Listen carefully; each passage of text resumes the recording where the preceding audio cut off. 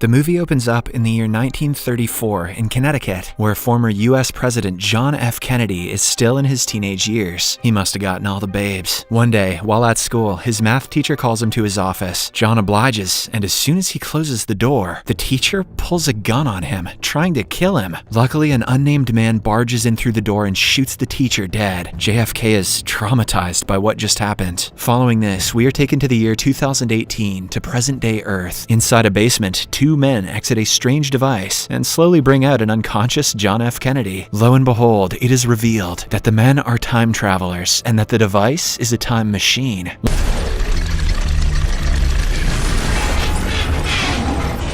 One of the men, Wyatt, approaches his awestruck colleagues and explains that the Rittenhouse tried to assassinate JFK. That's why he and his colleague had to bring him here. Here, we get to know that the Rittenhouse is a mysterious organization. Did this movie come out before Kyle Rittenhouse?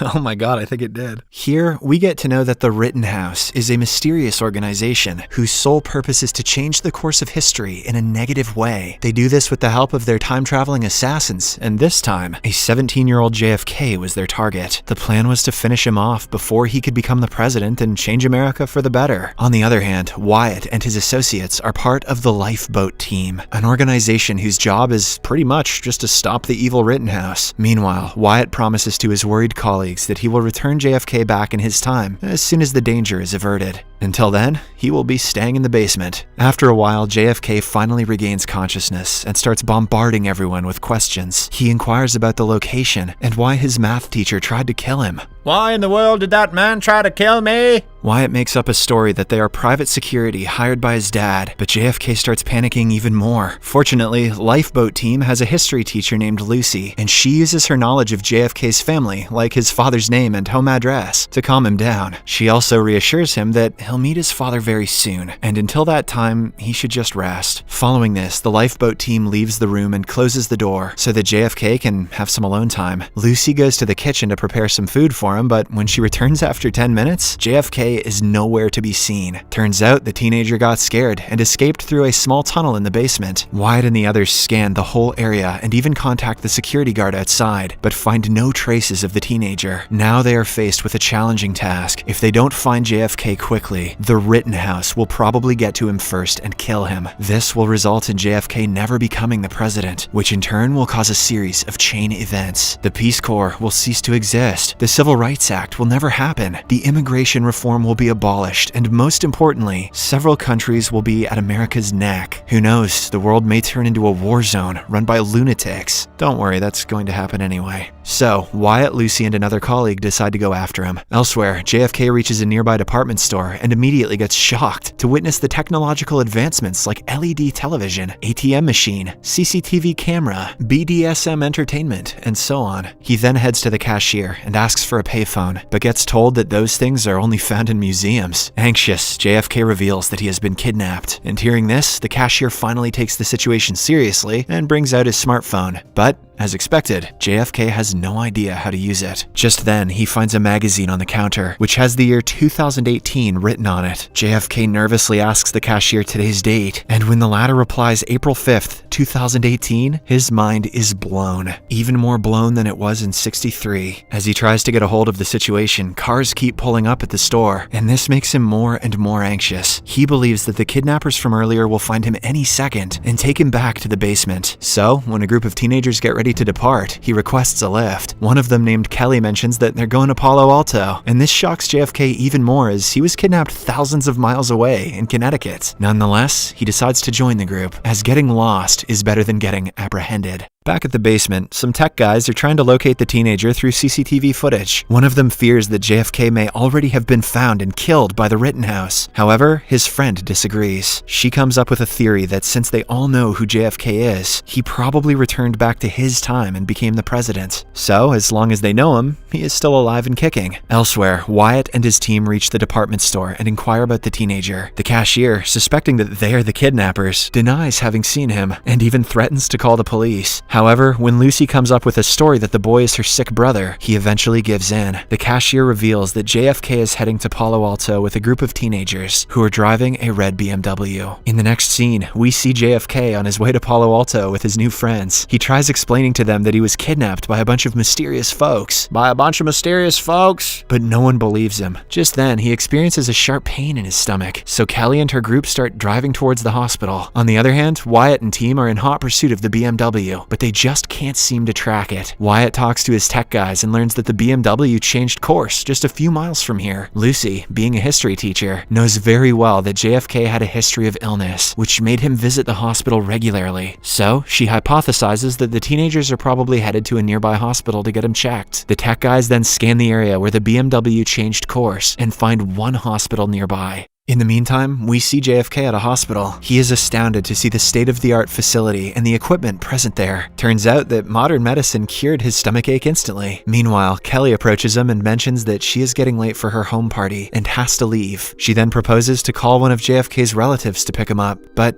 he stays silent. All of a sudden, he makes Kelly promise to not disclose what he is about to say, and when the latter obliges, he tells her everything.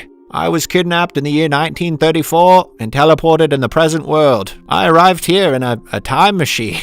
However, Kelly deduces that he is hallucinating on medicine and doesn't believe a word that he is saying. Also, why are you talking like you're giving a speech? She then decides to take him home where he can get some help. At the same time, Wyatt and his lifeboat team also arrive at the same hospital and learn that JFK is being kept in room number 325. Wasting no time, they make their move. But when Wyatt is about to reach the said room, he notices that a female assassin from the Rittenhouse has also tracked JFK there. Alarmed, he takes out his gun and follows the lady inside room 325, only to learn that JFK has already escaped. Nonetheless, the two get into a fight, and before the security arrives, the female assassin manages to escape. Wyatt is apprehended for his actions, but using his impressive skills, he gets out in less than 5 minutes. Elsewhere, Kelly leads JFK to her house, where a large party is going on in full swing. In a stressed state, JFK starts blabbering to everyone that he is a time traveler. No, I can't do that anymore. In a stressed state, JFK starts blabbering to everyone that he is a time traveler, so Kelly takes him away to her room. Ooh. There, she shows him some of her books, and the two start bonding over their shared interest in literature. Just then, Kelly searches teenage pictures of JFK on her iPad and compares the two. She is shocked to learn that the guy next to her is actually John F. Kennedy, and that he is a time traveler. She then shows him her iPad and reveals that he will be appointed as the 35th President of the United States in 1961, leaving him speechless. JFK asks if the iPad has information on his brother Joe, so Kelly searches Wikipedia for him. After reading his bio, she discloses that Joe left his college and enlisted in the Marines during the Second World War. He was deployed to France, but never came back, as the Nazis shot him dead. JFK is devastated to hear the news, but little does he know that that news is only the tip of the iceberg. Kelly brings up an article called The Kennedy Curse, which states that many members of the Kennedy family died very young. For instance, JFK's sister died in a plane crash, and his other brother perished in a vehicle collision. JFK also learns that he himself was assassinated in Dallas by a random guy in 1963. The revelation sends shivers down his spine, but Kelly encourages him that he can change his fate. Don't give him false hope, Kelly. On the other hand, Wyatt and his lifeboat team search the entire area but find no clues on JFK or the BMW. Just as they are about to lose hope, Lucy suddenly comes up with an idea. Since she knows that the group of teenagers were headed off to a party, there must be Instagram pictures of the event. And if there are such pictures, JFK must be in at least one of them. Hearing this, Wyatt quickly orders his tech team to run some face scans on Instagram. And surprisingly, after some effort, they find JFK. If that wasn't cable TV hacking at its finest, I don't know what is. The tech guys then track the address from the picture and provide it to Wyatt. Back at the party, JFK has started drinking excessively after finding out that he and most of his family members are going to die soon. Kelly tries to cheer him up by showing him an American coin with his face on it, but it doesn't do anything. Just then, Wyatt comes through the door and requests JFK that they head home. The latter pretends to oblige, but at the last second, he pushes Wyatt and runs away to the main hall where all the teenagers are partying. Suddenly, the female assassin from earlier shows up and points her gun at JFK. She is about about to finish him off, but Wyatt arrives in the nick of time and shoots her first. With this, chaos ensues, and everyone starts running left, right, and center. The female assassin, who is now injured, takes advantage of the situation and flees the scene. After the commotion, JFK finally realizes that Wyatt and his friends are the good guys, who are trying to save him from the bad guys. So he decides to trust them and do what they say. Before leaving, he bids Kelly an emotional farewell and thanks her for all that she has done for him. Kelly, who probably shouldn't have shown him that Wikipedia page, wishes him all the best and mentions that it has been a great honor to spend time with the greatest president of all time. She also promises to keep the whole incident a secret. Later, the lifeboat team arrives at their base with JFK and prepares the time machine to send him back to his original time, i.e. 1934. One of the tech guys named Martin approaches the soon-to-be president and warns him to not reveal any of this time travel stuff to anyone. Seriously, dude, please don't.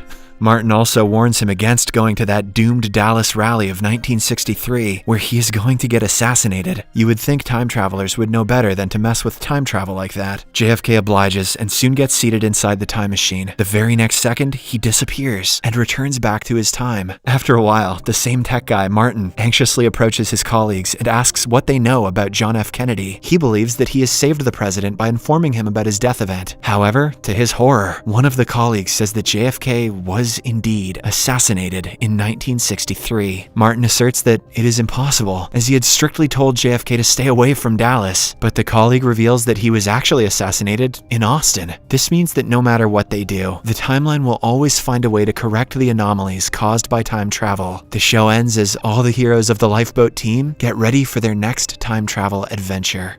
Godspeed. Subscribe for more videos like this. Turn on notifications and leave a like to help the channel out. Thank you for watching.